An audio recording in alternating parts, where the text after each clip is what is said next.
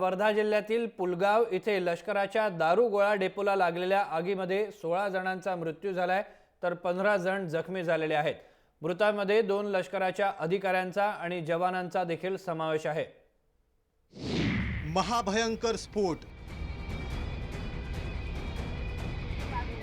10 kilometre पर्यंत जाणवले स्फोटाचे धक्के। लष्कराचं दारुगोळा भांडार उद्ध्वस्त झालं। मंगळवार सकाळ उजाडली लष्करासाठी अत्यंत वाईट बातमीनं। देशातल्या सर्वात मोठ्या दारुगोळा भांडारात महाभयानक स्फोट झाला।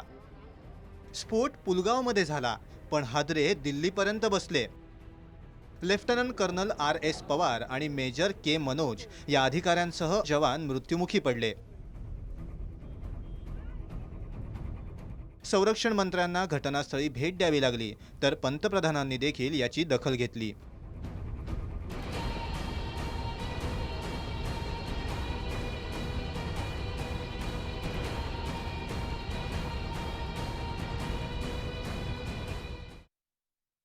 मला असं वाटतं की ही घटना अत्यंत दुर्दैवी आहे। स्वतः त्याच्यामध्ये डिफेन्स फोर्सेस लक्ष घालून आहेत आणि योग्य प्रकारचं मॅनेजमेंट इथे करतायत। जिल्हाधिकारी स्वतः त्यांना करतायत। मी स्वतः जिल्हाधिकाऱ्यांशी बोललोय, सगळी मदत करायला त्या ठिकाणी मी आदेश दिलेले आहेत। एकूण जर इन्क्वायरी तुम्ही केली तर इन्क्वायरी जाहीर केल्यानंतर इन्क्वायरीने काय ते सांगून दे, पण शक्यता तुम्ही म्हणता त्याची नाही। लष्कराच्या या दारुगोळा भांडारात मोठ्या प्रमाणावर शस्त्रास्त्र ठेवण्यात आली होती। ब्रह्मोस, अग्नी यासारखी मिसाईल्स, तर जवानांच्या हातात असणाऱ्या बंदुकाही ठेवण्यात आलेल्या। मध्यरात्री लागलेली आग पाहता पाहता भडकली। आगीनं रौद्ररूप धारण केलं। वरिष्ठ जवान आग विझवण्यासाठी झटत होते, पण दारुगोळ्याला आग लागल्यानं आग विझत नव्हती।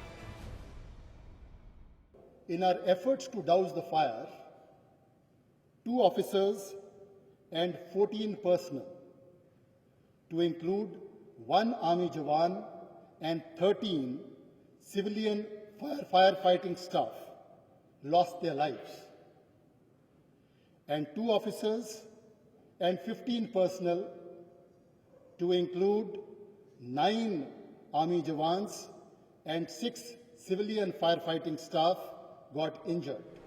पुलगावचं हे दारुगोळा भांडार देशातलं सर्वात मोठं भांडार, त्यामुळे जवळपास 10,000 एकरचा हा परिसर लष्कराच्या ताब्यात आहे।